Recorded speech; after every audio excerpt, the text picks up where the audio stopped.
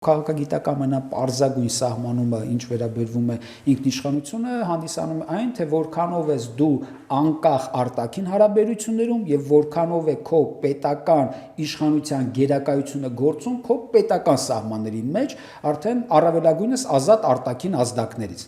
Այս առումով է սահմանվում ինքնիշխանությունը, բայց կարծում եմ ինքնիշխանության համար կան մի քանի կարևոր սկզբունքներ, պարտադիր սկզբունքներ, որոնք կարող ենք ձևակերպել այսպես, որ առաջի սկզբունքը դա գիտակցության եւ ինքնագիտակցության առկայությունն է։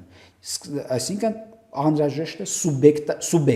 սուբյեկտի գոյության համար, այսինքն որպեսզի լինես ինքնիշխան, անհրաժեշտ է լինել սուբյեկտ։ Սուբյեկտ լինելու համար անհրաժեշտ է, որ ունես համապատասխան գիտակցություն եւ ինքնագիտակցություն։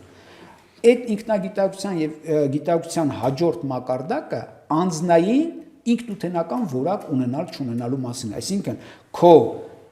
ինքնագիտակցության եսն է, ինչպիսին ես դու ինքդ քեզ գնահատում։ Դա կարա լինի մեկ անհատը որպես սուբյեկտ, դա կարա լինի ամբողջական հավաքական ազգը եւ պետությունը որպես սուբյեկտ, այսինքն պետք է անձնային կամ ինքնութենական ինքնագիտակցված ես,